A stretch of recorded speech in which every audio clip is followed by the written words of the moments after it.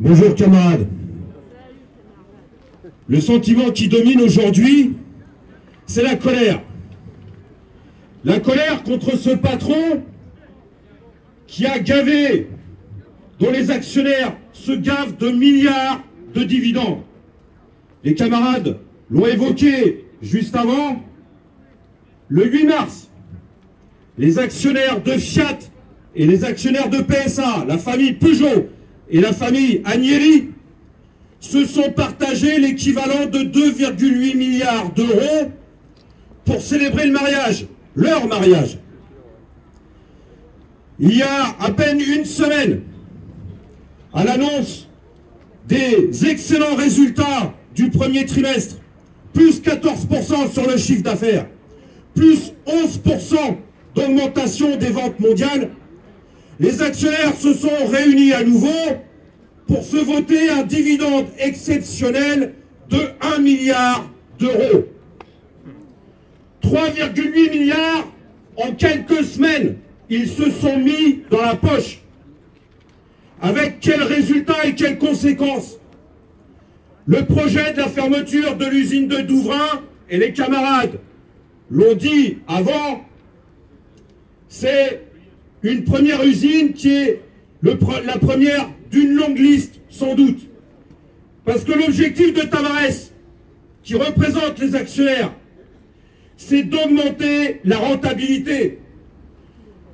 La raison fondamentale de la fermeture de Douvrin, c'est pas que le moteur, il soit le futur moteur EP, génération 3, il soit fabriqué ailleurs. Ça, c'est le prétexte. Ils veulent fermer cette usine pour augmenter la rentabilité. Aujourd'hui, avec le rachat d'Opel, avec le mariage avec Fiat Chrysler, la politique de Tavares va être d'accentuer la mise en concurrence des travailleurs les uns contre les autres. Quelques exemples. Récemment, Tavares est allé en visite dans une usine Fiat en Italie. Il a osé affirmer que les travailleurs de Fiat en Italie étaient moins rentables que les travailleurs d'Opel en Espagne et que les travailleurs en France de PSA.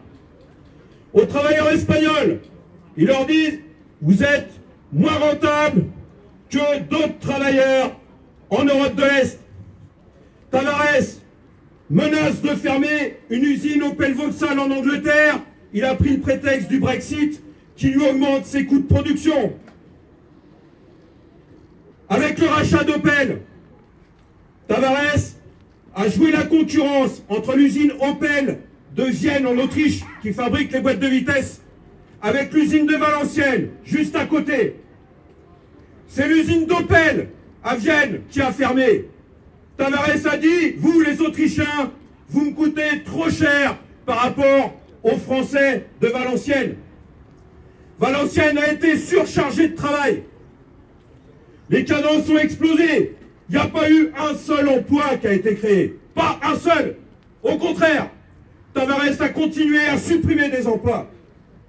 À l'usine de Poissy, où je travaille, l'usine de Poissy a pris la future Opel Mokka qui est fabriquée en Espagne.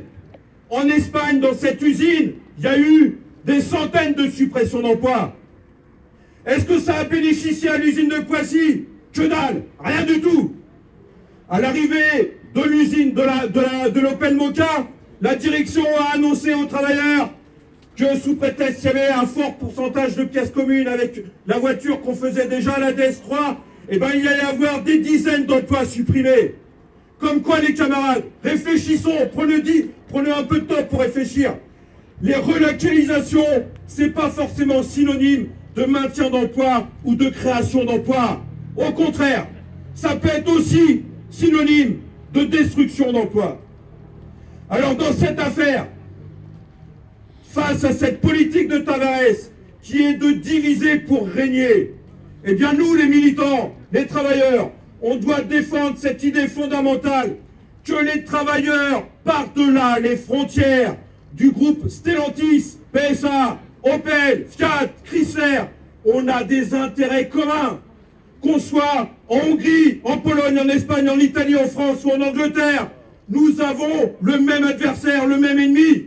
C'est la famille Peugeot, c'est la famille Agnelli. Ce sont ces actionnaires qui sont en train de se goinfrer de milliards sur notre dos.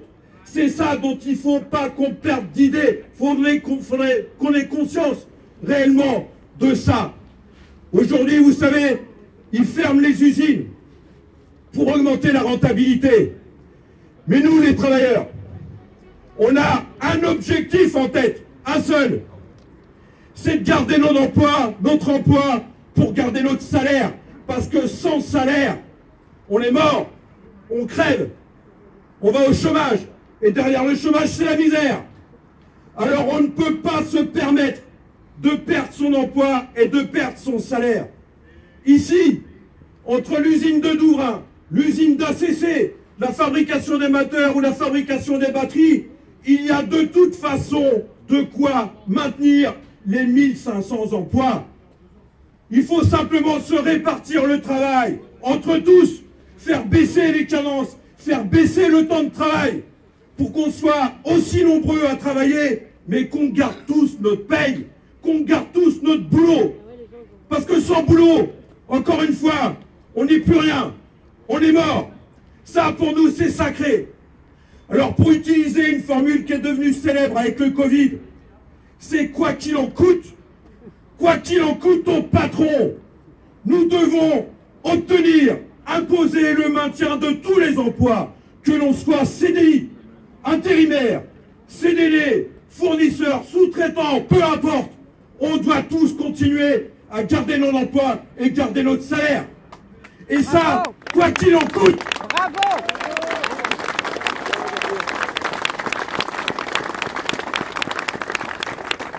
Alors les camarades, et là je m'adresse particulièrement aux camarades de Douvrin, mais même en fait, je m'adresse à vous tous qui vivez de votre salaire. Nous tous qui vivons de notre salaire. Pour avoir connu cette expérience douloureuse, j'ai travaillé pendant 18 ans à l'usine de PSA en Aulnay. Je connais ce que c'est qu'une fermeture d'usine, la bataille que c'est, la détermination qu'il faut avoir, les nerfs qu'il faut avoir, la conscience de ses intérêts, avoir conscience qu'il faut qu'on s'organise, qu'il faut se rassembler, qu'il faut être unis, solidaires, par-delà les sigles syndicaux. C'est plus un problème de syndicat à ce niveau-là, c'est un problème de travailleurs, qu'on soit de la CGT, de la CFDT, de FO, peu importe. De toute façon, à la fin du compte, ici, le patron, il veut fermer. Alors, c'est pas un problème de syndicat, c'est un problème de conscience où sont nos intérêts. Et nos intérêts, ça commence d'abord et avant tout par être unis, ensemble, par être solidaires. Tous les travailleurs doivent être solidaires. Et ça se construit, parce que c'est pas facile, parce qu'il y a des divisions dans les têtes. Le patron, pendant des années, il a cherché à nous diviser au niveau des catégories socio-professionnelles, au niveau de nos contrats de travail. Eh bien, il faut qu'on comble ces fossés de division. Il faut qu'on s'unisse face au patron. Alors, il va falloir beaucoup de détermination. Il va falloir avoir le moral. Et aujourd'hui, cette initiative, eh bien, elle va contribuer, moi j'en suis convaincu, à relancer les discussions à l'intérieur de l'usine, à donner un peu de courage, à donner de la confiance dans la force collective. Les camarades, ils le disaient avant, 1500 travailleurs. 1500 travailleurs, c'est une force considérable quand on y réfléchit. Surtout dans la situation actuelle où ces fermetures d'usines, surplomb de licenciements qui s'alignent. Oui, on a des alliés partout, partout dans la région et partout dans le pays. Ça, il ne faut pas le perdre en tête. Alors, il faut réfléchir, il faut s'organiser, il faut se réunir, discuter quelle est la meilleure bagarre à organiser, réfléchir sur ses revendications, mais avoir un objectif en tête, les copains. Pas un seul emploi des 1500 ne doit être supprimé, pas un seul salaire ne doit être supprimé. Alors tous, autant qu'on est, on va militer dans ce sens-là. Et moi j'en suis convaincu, j'ai confiance dans les camarades de Douvrin, dans les travailleurs de Douvrin, mais aussi dans les travailleurs de PSA, dans les travailleurs de Renault, dans les travailleurs du pays. À un moment donné ou à un autre, il va y avoir cette prise de conscience il va y avoir cette colère qui va s'exprimer, parce qu'il n'y a que ça qui est salutaire. On ne peut compter que sur nos propres forces. Alors les camarades, je nous souhaite du courage, de la détermination, de la mobilisation et de la victoire. Bon courage à tous.